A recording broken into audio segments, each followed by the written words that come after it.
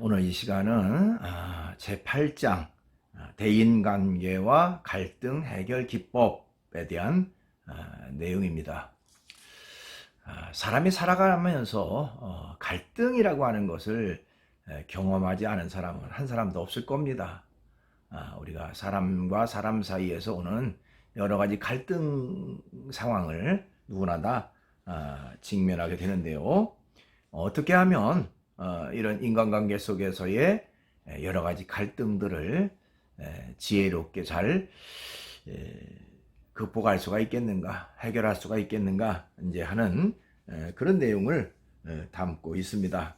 그래서 그 내용 보면 이제 맨 앞에는 일, 중동 문화, 세계 3회. 그래서 우리나라가 좀 어떻게 보면 일을 많이 하는 그런 민족이다. 좋은 쪽에서는 뭐 부지런하다 그런 말도 있을 수 있겠지만 또 나쁜 쪽에서는 그만큼 인력을 착취한다. 뭐 그런 의미로도 비춰질 수가 있습니다. 그러면서 이제 CNN에서 선정한 한국이 세계 어느 나라보다 잘하는 거 10가지 그런 내용이 나와요. 아주 자부심을 가질 만한 그런 부분도 있고요. 또 어떤 것들은 좀 불명예스러운 이제 그런 부분도 없잖아 있습니다. 그래서 우리나라의 현주소 그것을 한번 돌아볼 수 있는 그런 기회가 되리라 생각을 합니다. 그러면서 이제 대인관계의 영향력, 그래서 대인관계의 중요성에 대한 여러 가지 내용들, 또 직장 생활에서 오는 여러 가지 갈등의 원인들은 어떤 것이 있겠는가, 그런 내용들이 이제 쭉 이어지고 있고요. 갈등을 푸는 3가지 방법, 그래서 어떻게 하면 우리가 갈등을 최소화시킬 수 있고 갈등을 좀 원만하게 좀 해결할 수가 있겠는가 하는 그런 내용을 담고 있습니다.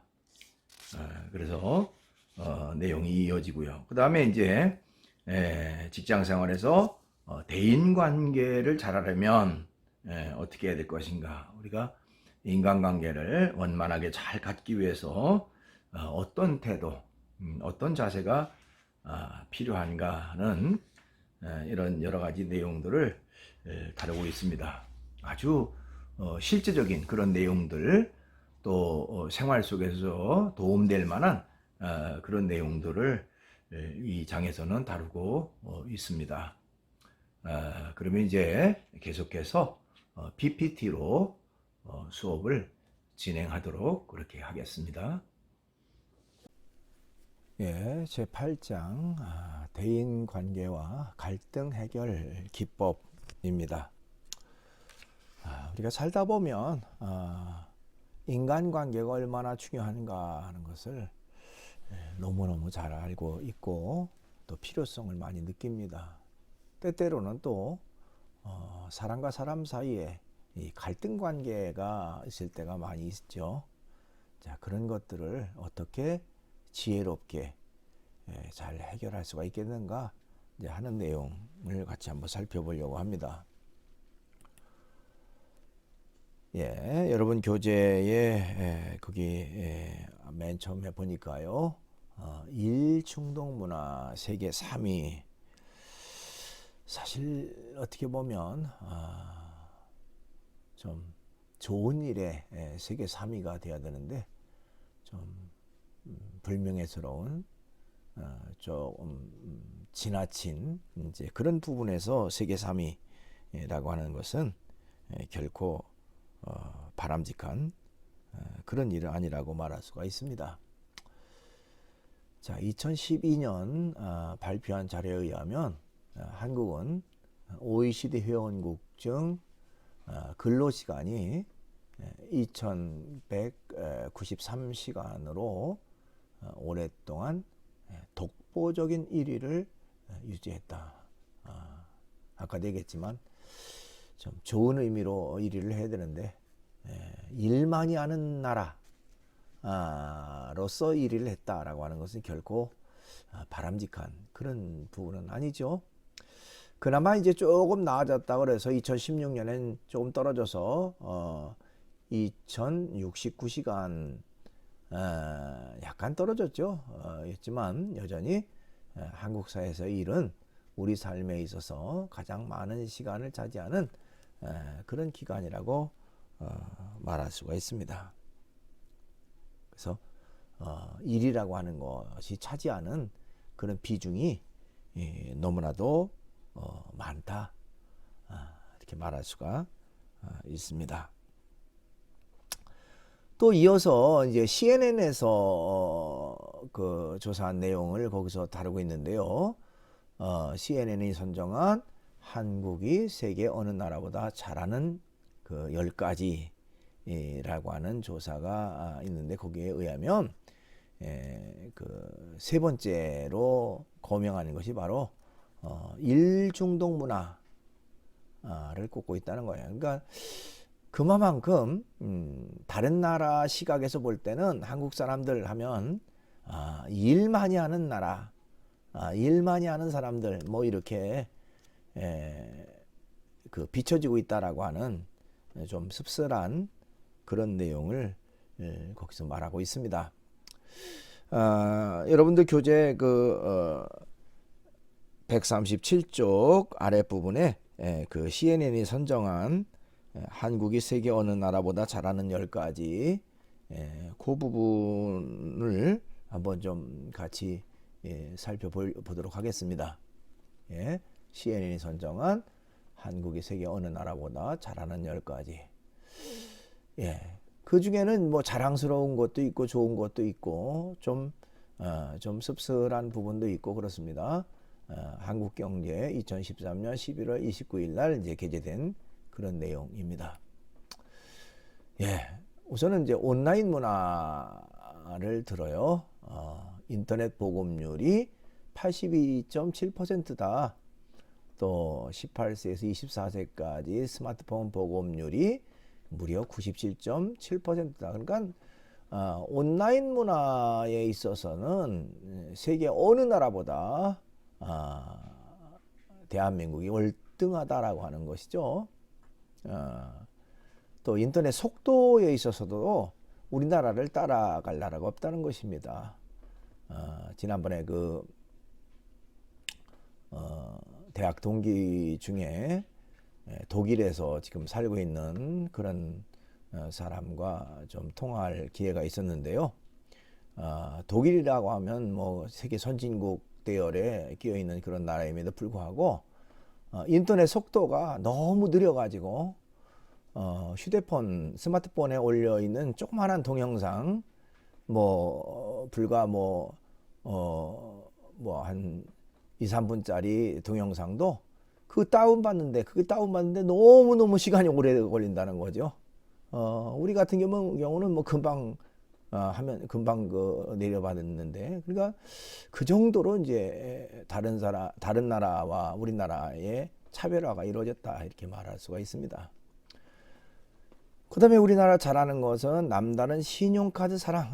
신용카드를 절대적으로 사용하는 비율이 높다. 한국 세계에서 가장 많은 신용카드 사용 국가. 또 모든 택시가 신용카드 단말기를 갖춰서 신용카드 하나면 어느 곳이든지 어떤 것이든지 다 이용할 수가 있다.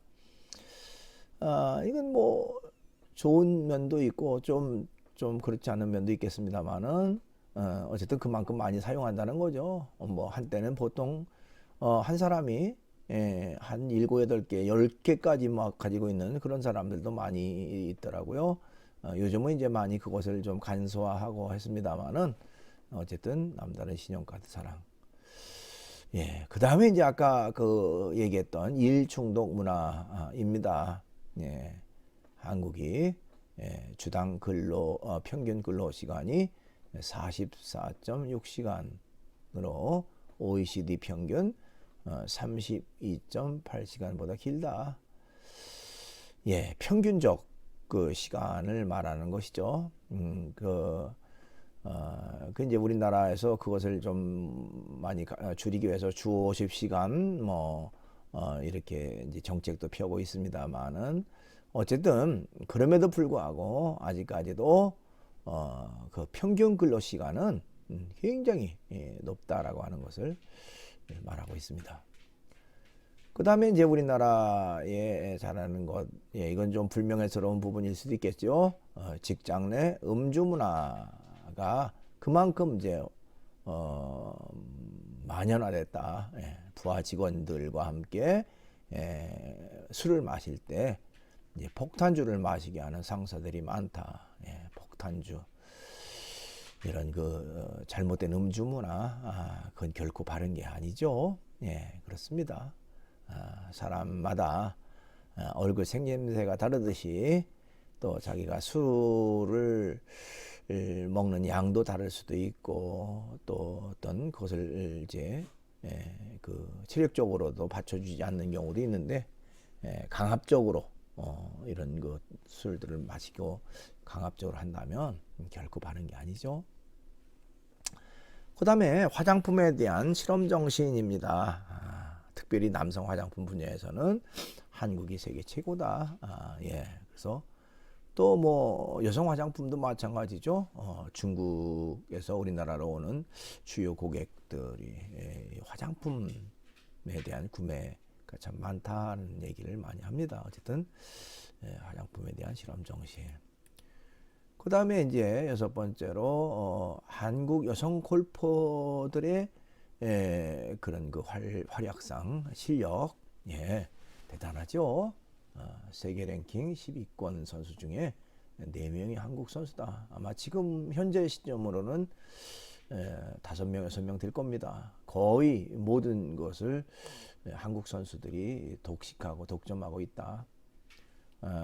대단합니다.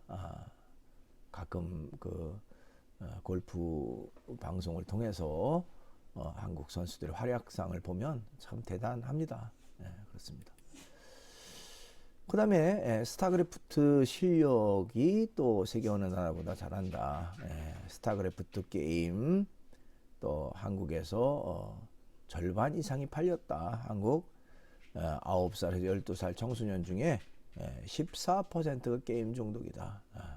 그래서 이런 그 게임 문화가 활성화되고 또 많은 그 청소년들이 이 게임에 그 많이 이제 빠져 있는 그런 상태. 좀 그것도 좀 지나치면 문제가 크죠.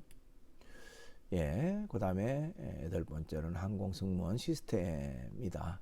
세계 항공회사 또 항공사 승무원 운영 시스템 배우러 오는 경우가 많다. 그러니까 항공 시스템이 너무너무 잘 돼 있다라고 하는 것이죠. 승무원 시스템이. 그래서 그런 것들은 참 자랑스러운 그런 부분이라고 말할 수도 있습니다. 또 청춘 남녀 소개팅 문화, 한국의 싱글들 소개팅에 대한 기대가 높다. 이제 젊은 남녀를 좀 만날 수 있는 그런 또 매칭하는 그런 여러 가지 기회들이 많다는 것이죠. 그 다음에 성형수술 문화입니다. 한국은 성형수술의 메카로 불려진다. 일본, 중국, 러시아 등에서 성형의에서 한국을 찾는다. 이것도 이제 자랑스러운 부분일 수도 있고 조금 좀 씁쓸한, 그래서 성형미인 뭐 이런 말 많이 합니다만은 자기의 미를 위해서 물론 성형을 한다고 하는 거 누구나 다 좀 자기의 주관이 있겠습니다만은 너무 획일화되고 너무 좀 이렇게 수술을 통해서 어떤 그 미적인 것을 가꾸려고 한다고 하는 것, 지나친 부분은 조금 좀 지양해야 될 그런 부분이 아닌가 하는 생각을 해봅니다. 어쨌든 다른 나라보다 우리나라가 유달리 잘하는 거, 그 중에는 자랑스러운 것들도 있고 조금 좀 약간 그 좀 부끄러운 그런 부분도 있고 그렇습니다. 대인관계 영향력입니다. 직장 생활에 있어서 대인관계 능력은 매우 중요한 요소 중에 하나다. 그렇죠. 대인관계, 인간관계, 사람과 사람 사이의 그 만남에 있어서 어떻게 잘 다른 사람과 좋은 교류를 이루며 사는가 하는 것은 굉장히 중요한 그런 부분이라고 말할 수 있습니다. 예, 대인관계 능력, 직장 생활의 엔진입니다. 자, 공동체 생활에서 대인관계 능력은 없어서는 안 될 매우 중요한 자질이다. 예, 그렇습니다. 공동체 생활에 있어서 그것은 바로 나 혼자가 아니라 함께 더불어 살아가는 것이고, 이런 대인관계 능력이라고 하는 것은 그것은 반드시 필요한 그런 자질 중에 하나라고 말할 수가 있겠죠. 예. 자, 직장 생활에서 필요한 요소 두 가지가 있다, 이렇게 말하는데요. 여러분 교재에 거기 그 139쪽 중간 부분에 보면요, 에듀엘 스카우트에서 직장인 그 795명을 대상으로 직장 생활을 하는 데 있어서 가장 중요한 요소는 무엇인가 라고 하는 그 설문조사를 했다고 합니다. 거기에 대한 그 조사에 의하면 1위가 목표와 비전이다. 분명한 목표와 비전을 가져야 된다. 그 다음에 2위가 처신과 태도적 인간관계다. 거의 뭐 1위와 2위 차이는 불과 뭐 0.3%밖에 차이가 안 날 정도로 그렇게 중요한 요소로 들고 있습니다. 인간관계를요. 그 다음에 3위는 일에 대한 열정, 4위는 프로정신이 있어야 된다. 그 다음에 5위는 정보력과 전문성을 갖춰야 된다라고 얘기를 했습니다. 이것은 에듀윌 또 스카우트에서 2009년 12월 1일 집계된 그런 내용이라고 말할 수가 있습니다. 자, 여기서 말하고자 하는 것은 바로 그만큼 직장 생활 속에서 인간관계라고 하는 것이 중요하다 하는 것을 얘기하고 있다, 이렇게 말할 수가 있어요. 예, 위 자료를 토대로 본 직장 생활에서 필요한 두 가지 요소입니다. 첫 번째로는 이 일에 대한 분명한 자신의 목표 의식과 전문성이 있어야 된다. 그렇죠?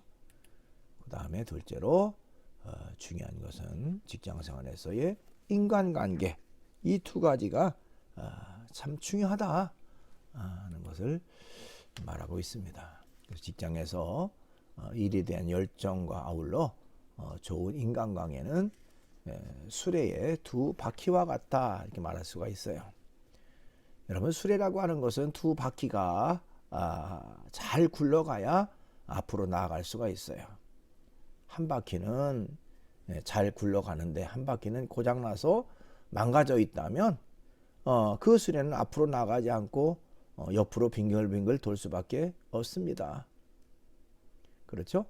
수레의 두 바퀴가 다 정상적으로 제 기능을 발휘할 때 앞으로 잘 나갈 수가 있는 것처럼 바로 이 목표의식과 전문성 그리고 인간관계, 이 두 가지의 그 요소가 잘 갖춰져야 된다는 것을 말하고 있습니다.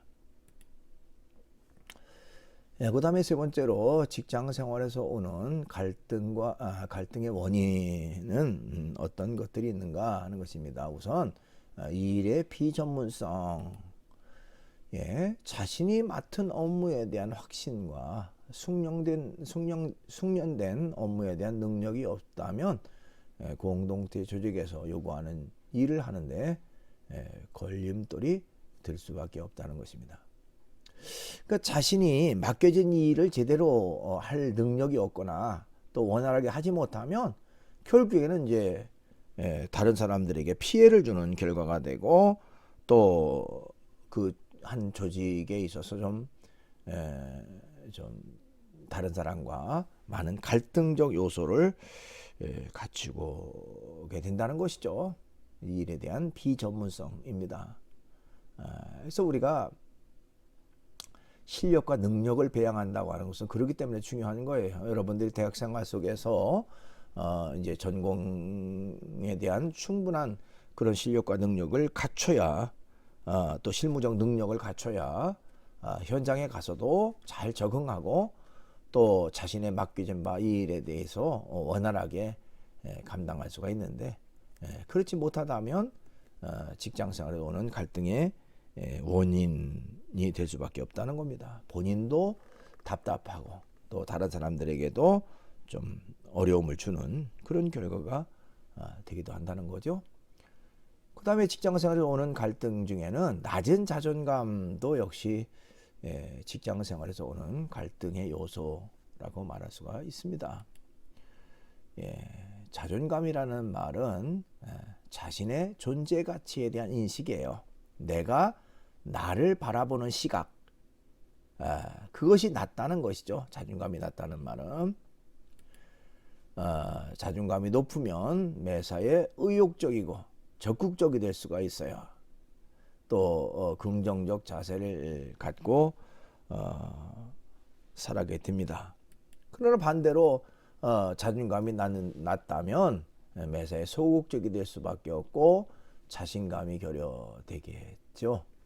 또 부정적 자세와 무엇보다도 공동체 생활에서 사람을 피하는 대인기피증을 낳기도 한다는 겁니다. 그러니까 이 참 우리가 자존감이라고 하는 것을 갖춘다고 하는 것은 굉장히 중요한 그런 요소라고 말할 수가 있어요. 또 내가 나 자신의 존재감을 인정하지 않는다면 다른 사람이 나를 인정하고 것을 기대하기는 좀 어렵죠. 그런 면에서 내가 나 자신에 대한 자존감을 높이는 그런 자세, 그런 태도가 필요합니다. 그 다음에 또한 그 직장 속에서의 갈등 요소 가운데는 가치의 대립이라고 말할 수 있어요. 가치의 대립은 서로가 지향하는 가치관에 차이가 있을 경우에 발생하는 것입니다. 다시 말해서 일 중심의 가치를 가지고 있는 사람과 사람 중심의 가치를 가지고 있는 사람이 부딪힐 때 발생하는 대립이다. 그렇죠. 가치관의 대립입니다. 그러니까 직장이라고 하는 하나의 그 공동체 안에서 무조건 일을 열심히 해야 된다. 일만 잘하면 된다. 라고 하는 측과 사람과 사람 사이에 아주 원만한 인간관계를 맺어야 된다. 둘 다 중요하죠, 사실은. 그렇죠? 일은 잘하는데 인간관계를 잘 맺지 못한다면 그것도 문제고요. 또 일은 잘 못하면서도 그 사람과 인간관계만 좋다 그래서 그것도 다 잘하는 건 아니고요. 이 두 가지의 상반된 가치관 속에서 어느 한쪽으로 치우쳐 있을 때 결국 거기서 오는 그 갈등적 요소가 이루어질 수도 있다. 이렇게 말할 수가 있습니다. 그 다음에 이해의 대립에서 오는 갈등적 요소가 있다는 것이죠. 직장 생활에서 상호 간의 이해가 대립될 때 생기는 갈등을 말합니다. 상사든 부하든 자기의 이해를 우선적으로 생각해야 될 때 발생하는 갈등이라고 말할 수가 있어요. 그러니까 어떻게 보면 우리가 이것은 뭐 일반 사회 속에서도 마찬가지죠. 직장에서만이 아니라 자기의 그 이기적 그런 어떤 생각에 사로잡혀서 어떤 일을 한다면 당연히 다른 사람과 갈등을 유발할 수밖에 없는 것이죠. 때로는 자기 것을 양보하고 때로는 다른 사람을 좀 포용하고 또 존중하고 이런 가운데 원활한 그 인간관계가 형성이 되는데 다른 사람은 배제시키고 자기 자신만을 앞세우고 또 자기 자신의 이익만을 추구한다면 당연히 그 갈등적 요소가 거기에 있다라고 말할 수가 있습니다. 그 다음에 감정의 대립 때문에 갈등적 요소가 생긴다는 것이죠. 감정의 대립은 자존감에 상처를 받거나 모욕감, 원망, 분노 등의 감정에 의해 갈등이 생기는 것을 말한다. 그렇죠. 사람은 자기의 자존감에 상처를 받으면 그야말로 뭐 다른 어떤 것보다도 괴롭고 힘들고 좀 모욕감을 느끼게 되죠. 그렇습니다. 그러면서 우리가 우리 자신도 마찬가지죠. 다른 사람에게 그런 상처나 모욕감이 유발되지 않도록 언어 생활 또 행동에 있어서도 늘 조심해야 될 필요가 있습니다. 사실은 우리가 어떤 일이든지 역지사지의 그런 어떤 생각을 가지고 행동한다면 이런 그 감정적 대립을 좀 최소화시킬 수가 있어요.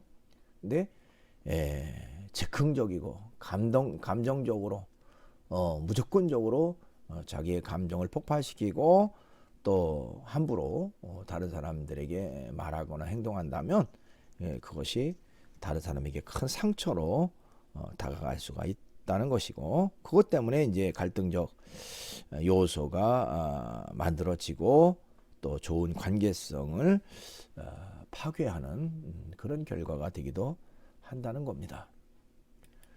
그 다음에 이제 커뮤니케이션의 문제입니다. 대인 관계의 직장 생활에서 이제 여러 가지 갈등적 요소로 작용하는 것 중에 하나가 또 이런 커뮤니케이션, 의사소통이죠. 직장 생활을 겪는 의사소통에 대한 갈등을 말합니다. 서로에게 전달되는 말이나 행동을 제대로 이해하지 못할 때 의사소통에 대한 갈등을 겪을 수 있다. 그러니까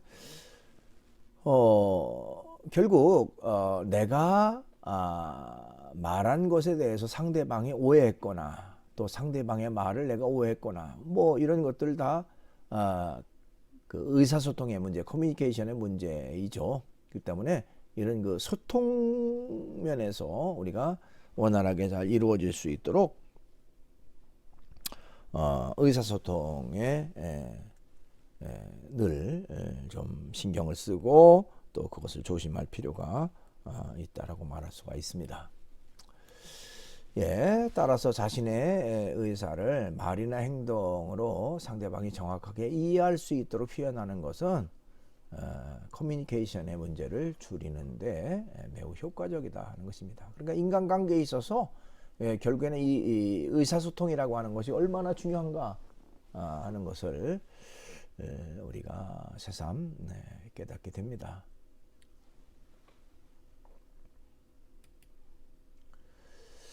그 다음에 이제 큰 세 번째로 갈등을 푸는 방법 세 가지 그런 내용이 나옵니다.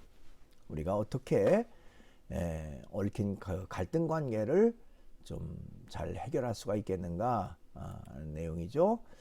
우선 생각을 전환하라 하는 것입니다. 생각의 전환.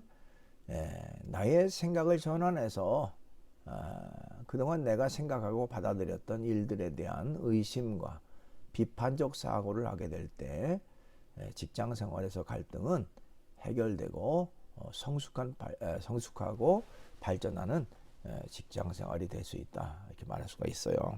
그러니까 자신을 한번 돌아보라는 것이죠. 나의 생각을 한번 좀 되짚어 보자 하는 겁니다. 내가 생각하는 것, 내가 받아들인 일, 거기에 대한 의심과 비판적 사고. 그러니까 내 말이나 내 행동과 내 생각에 대해서 한번 좀 다른 시각에서 한번 봐서 이것이 과연 옳은 것인가, 이것이 가장 적절한 것인가 한번 되돌아볼 필요가 있다는 것이죠. 그런 것들이 결국 그 갈등 문제를 최소화시킬 수가 있다 이렇게 말할 수가 있습니다. 고사성어에 3-4-1언이라고 하는 그 말이 있습니다. 3번 생각하고 한 번 말하라. 세 번 생각하라. 충분히 생각하고 말아야 된다는 것이죠. 감정에 의해서 즉흥적으로 어떤 그 대처를 하지 말고 좀 이것이 과연 지금 할 것인가, 할 것인가 말 것인가, 또 한다면 어떤 방법으로 할 것인가, 뭐 이런 여러 가지 생각들을 하면서 가장 적절한 그 것을 말해야 되고 행동해야 되는데 생각 없이 말하는 건 바른 게 아니죠.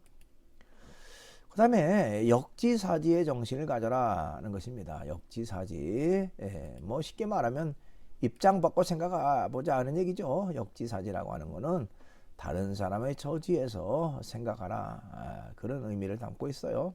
그래서 어떤 일이든지 우리가 당장 화나고 당장 어떤 그 좀 불쾌한 감정이 든다고 그래서 무조건적으로 감정을 폭발시키거나 무조건적으로 어떤 그 행동으로 연결시키지 말고 한번 역지사지의 자세를 가지고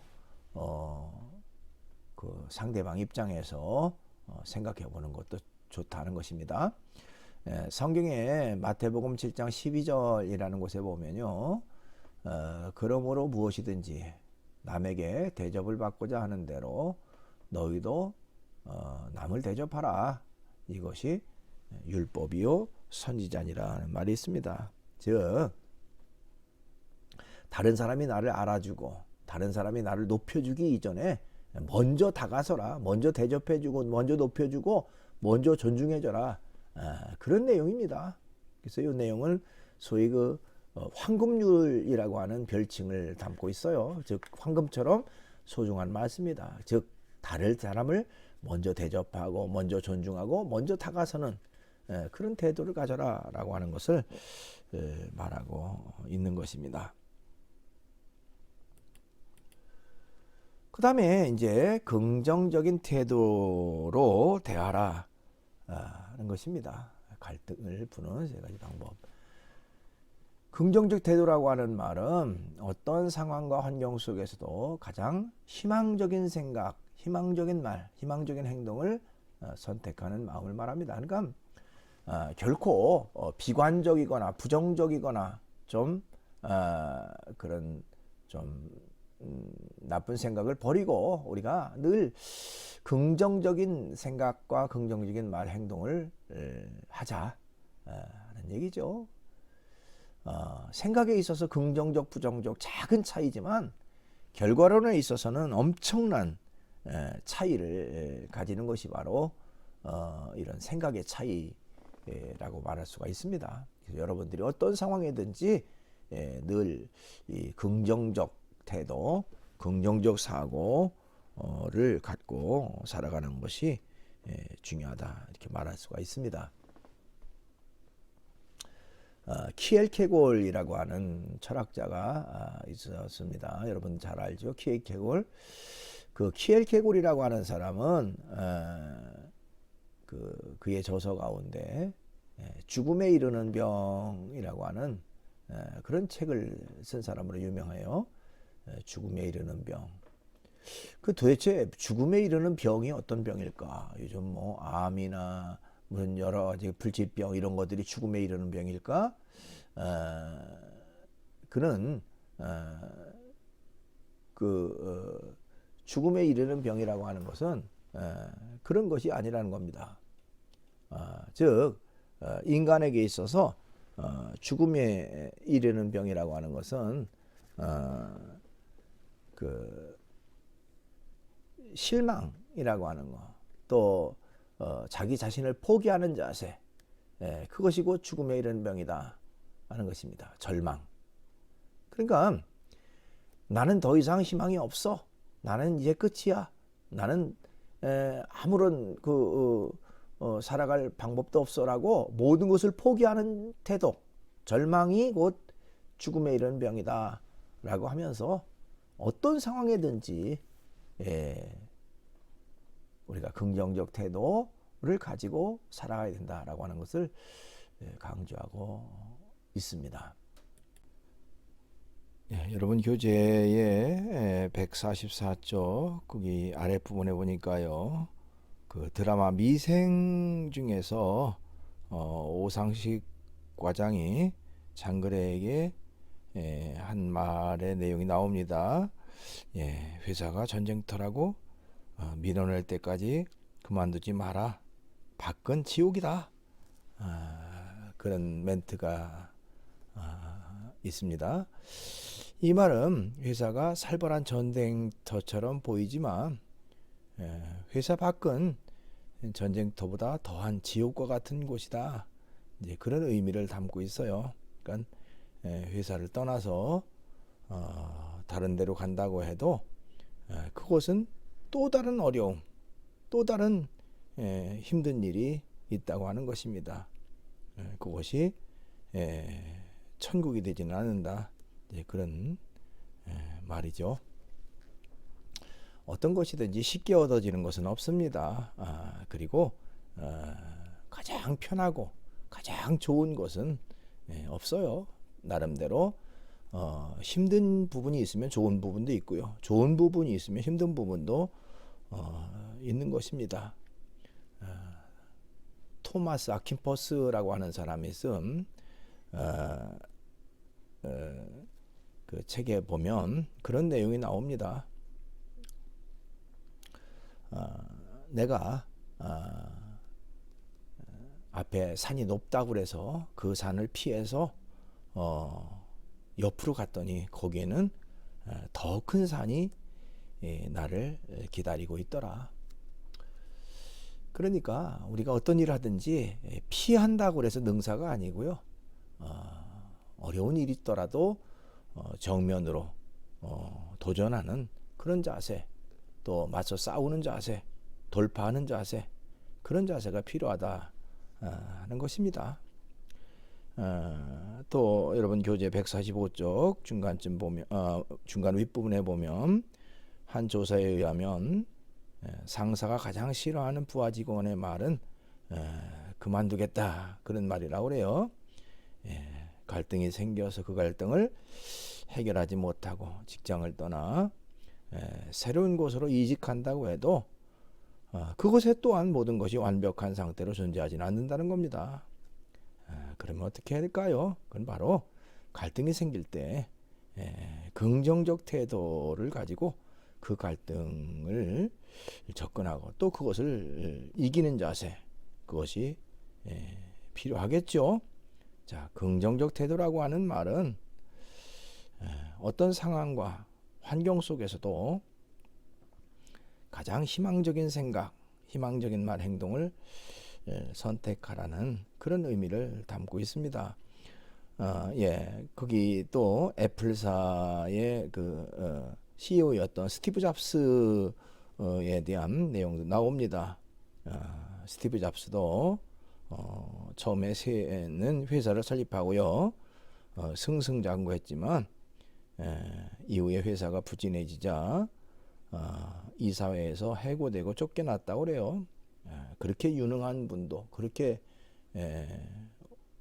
훌륭한 분도 쫓겨났다는 거죠. 그러나 그는 도망치거나 포기하지 않고요, 자기가 가장 잘 알고 할 수 있는 일로 토이스토리를 만들어 세간의 관심을 받았습니다. 이후에 다시 애플의 최고 경영자로 복귀하여 애플을 최고의 IT 기업으로 우뚝 서게 했습니다.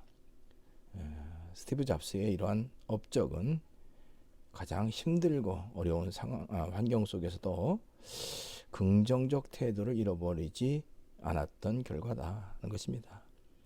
도망간다고 해서, 피한다고 해서 그것이 능사가 결코 아니다. 맞서 싸우고 또 긍정적 생각을 가지고 우리가 늘 그 어려움을 극복하고 이기는 그런 삶의 자세, 그것이 우리가 반드시 갖춰야 될 그런 중요한 요소라고 말할 수가 있습니다. 갈등이 있을 때 희망적인 생각과 말과 행동을 한다면 갈등을 해결할 방법을 찾게 되고요, 한 단계 더 성장하고 발전하게 됩니다. 그러니까 무슨 일이든지 희망적 생각과 말 행동이 중요하다는 것이죠. 여러분 우리가 뭐 많이 듣는 그 속담 중에 하늘이 무너져도 솟아날 구멍은 있다, 뭐 이런 속담이 있죠. 완전히 끝이다, 절망적이다, 아무것도 없다라고 하는 그런 생각을 버리고 그 중에서 그런 중에도 희망적 생각과 말과 행동을 한다면 얼마든지 갈등적 요소를 해결할 수 있는, 또 한 단계 더 성장하고 발전할 수 있는 그런 계기가 되어지게 된다고 하는 것입니다. 그 다음에 이제 큰 네 번째로 직장 생활에서 대인 관계를 잘 하려면 어떻게 할까 하는 내용입니다. 거기 재미있는 말이 나와요. 맷집을 키워라 하는 말입니다. 맷집을 키우려는 말은 직장 생활에서 겪은 실패와 상처를 성장의 도구로 만들라는 말이다. 우리가 그 복싱 선수들 보면 뭐 저 선수는 참 맷집이 좋다. 그러니까 계속 그 맞았는데도 버티는 거 보면 참 맷집이 좋다 이런 말을 하는데요. 우리가 때로는 실패하고 때로는 상처받고 때로는 어려움을 당하고 이런 것들이 어떻게 보면 자신의 내성을 기르는 그런 하나의 좋은 결과도 가져온다는 거예요. 그러니까 실패라고 하는 것은 결코 내게 나쁜 것만 주어지는 게 아니고 한 단계 더 도약하고 성장할 수 있는 그런 기회를 제공하기도 한다는 것이죠. 그런 면에서 우리가 언제든지 좀 자신의 그 맷집을 좀 더 강하게 할 수 있는 그런 것들은 참 필요하다 이렇게 말할 수가 있습니다. 그 다음에 대인관계를 잘하기 위해서는 죄는 관계의 틈을 만든다. 즉 인간관계에 있어서 죄라고 하는 것을 결코 허용해서는 안 된다라고 하는 것을 말하고 있어요. 하나님과 인간과 인간 사이의 평화를 가로막고 파괴하는 죄는 공동체 관계를 무너뜨리게 된다. 그러니까 성경에 보면 하나님과 인간을 틈을 버려놓은 것도 역시 죄라고 하는 것이죠.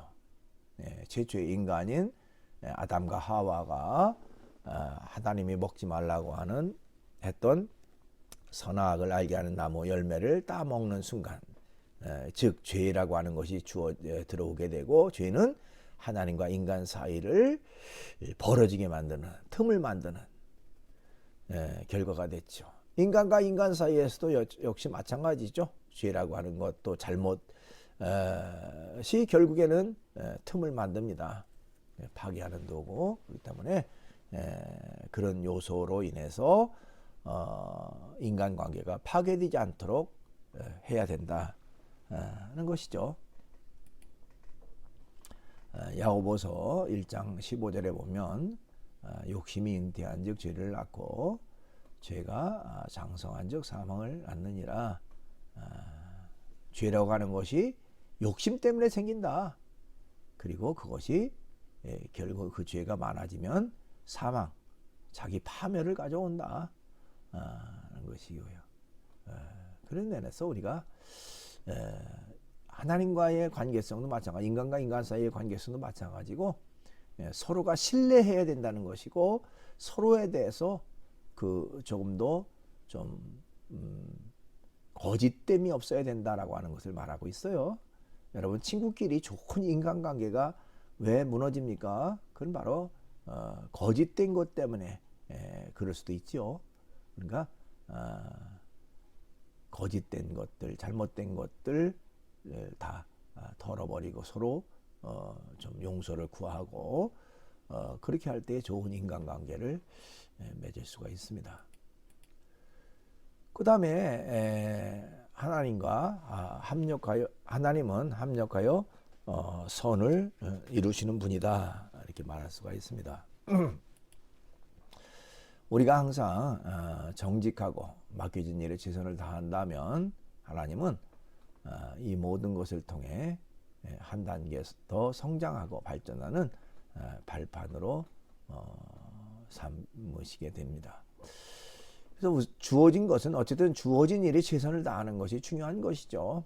예, 어쨌든 우리가 주어진 일에 우리가 그 고사 중에도 진인사, 대천명 뭐 이런 말을 하죠. 자, 인간으로서 할 수 있는 일을 다 하고 나서 하늘의 그 도움을 구한다. 뭐 그런 말이죠. 어쨌든 우리가 항상 정직하고 맡긴 일에 최선을 다하는 자세, 그렇게 할 때에 절대자 하나님은 우리를 더 성장하게 발전하는 또 합력해서 선을 이루는 그런 결과가 되기도 합니다. 로마서 8장 28절에 보면요, 그런 말이 있습니다. 우리가 알거니와 하나님을 사랑하는 자 곧 그의 뜻대로 부르심을 입은 자들에게는 모든 것이 합력하여 선을 이루느니라. 합력해서 선을 이룬다 하는 것이죠. 결과적으로 잘 되게 한다, 결과적으로 좋게 만든다 하는 것입니다. 여러분 쉽게 생각하면 운동 경기 할 때, 특별히 축구 같은 거 할 때요, 축구를 할 때 우리 편끼리 서로 패스를 주고받죠. 근데 중요한 것은 상대편 골문에 공을 넣어야 득점이 되는 겁니다. 앞으로 나가야 되죠. 그런데 앞으로만 나가는 건 아니에요. 때로는 옆으로도 패스도 하고요, 때로는 뒤로 패스하기도 하고요. 이렇게 합니다. 그러면서도 최종 목표는 상대편 골문이죠. 그러니까 합력해 선을 이룬다고 하는 것은 옆으로 갈 때도 뒤로 갈 때도 그것이 중요한 목표, 즉 골문을 향한 하나의 과정이라고 하는 것이고요. 즉 절대자 하나님은 때때로 우리가 어려운 일, 힘든 일, 좀 고통스러운 일, 그런 것을 만날 때도 그것을 통해서 우리로 하여금 더 단단해지고 더 성숙해지고 더 올바른 그런 사람으로서의 모습을 갖출 수 있도록 우리를 이끌어 주신다. 그래서 그것을 이제 합력해 선을 이룬다 하는 그런 내용으로 말할 수가 있습니다. 여러분 교재로 맨 마지막 147쪽 아랫부분과 148쪽 윗부분에 보니까 대인관계 문제 해결을 위한 5가지 질문이라고 하는 내용이 나옵니다. 상담학자들이 갈등이 있을 때에 어떻게 하면 원만하게 잘 해결할 수 있겠는가, 이제 그런 전문적 조언을 우리에게 하고 있는데, 우리가 생활 속에서 또 직장 생활 속에서 행복하고 건강한 대인관계를 이루어가기 위해서 좀 참조해야 할 부분이 있는 것 같아서 잠깐 소개를 합니다. 문제 해결을 위한 5가지 질문입니다. 첫 번째 질문은요, 이 갈등의 좋은 점은 무엇인가 하는 것입니다. 우리가 갈등이라고 하는 것은 나쁜 거로만 그렇게 인식을 하지만 사실은 얼마든지 긍정적인 부분, 좋은 부분도 있어요. 자기 발전을 위한 하나의 계기로 삼을 수도 있습니다. 그런 면에서 갈등적 요소가 있을 때 이 갈등의 좋은 점은 무엇인가 하는 것도 한번 던져볼 만한 질문이다, 이렇게 말할 수가 있습니다. 그 다음에 질문 두 번째는 아직 갈등 해결이 완전하지 않은 부분은 어느 곳인가 하는 것이죠. 우리가 갈등 요소가 있을 때 덜 해결된 부분, 좀 완전하게 해결되지 못한 그런 부분은 어떤 것인가 하는 것을 한번 질문해 보고요. 그 다음에 세 번째 질문은 이 갈등은 내가 원하는 방향으로 해결하기 위해서 무엇을 할 수 있는가 하는 것입니다. 사실 갈등적 요소가 있을 때 그것을 내가 잘 활용하고 또 내가 원하는 방향으로 해결하는 것처럼 좋은 것은 없겠죠. 그런 면에서 내가 원하는 방향으로 해결하기 위해서 무엇을 할 수 있을 것인가 하는 것을 한번 질문해 보라 하는 것입니다. 그 다음에 네 번째 질문은 이 갈등을 내가 원하는 방향으로 해결하기 위해 무엇을 포기할 수 있는가 하는 것이죠. 사실 우리는 얻는 것만 생각하지 포기할 것은 생각하지 않는 경우가 많은데요. 때로는 포기할 것, 버릴 것은 과감하게 포기하고 버릴 줄 아는 그런 삶의 태도가 필요합니다. 그렇죠? 그 다음에 다섯 번째 질문, 이 갈등을 내가 원하는 방향으로 해결하기 위해서 필요한 일을 하는 동안 어떻게 하면 그 과정을 즐길 수가 있겠는가 하는 것입니다. 사실 즐기는 자가 이기는 자다 뭐 이런 얘기를 하죠. 우리가 어떤 일이든지 아무리 어렵고 힘든 일이라도 그것을 내 생활의 일부분으로 우리가 받아들이고 그것을 즐기는 자세로 임한다면 얼마든지 어려운 문제, 힘든 문제도 극복할 수가 있는 것입니다. 무엇이든지 생각하기 나름이죠. 어렵다, 힘들다, 참 피곤하다 이렇게 그런 관점으로 생각한다면 한없이 어려울 수밖에 없고 힘들 수밖에 없어요. 그러나 우리가 어떤 어려운 일이든지 그것도 인생의 한 부분, 내 삶의 일부분으로 받아들이고 그 어려운 가운데서 내가 어떻게 해서든지 이것을 극복하겠다, 이것을 헤쳐나가겠다, 이런 어떤 긍정적 삶의 태도를 가지고 나아간다면 얼마든지 극복할 수 있는 그런 여지가 많이 있다라고 말할 수가 있습니다. 그래서 오늘은 이제 제 8장 대인관계와 갈등 해결 기법 내용을 같이 살펴보았습니다. 대단히 수고 많았습니다.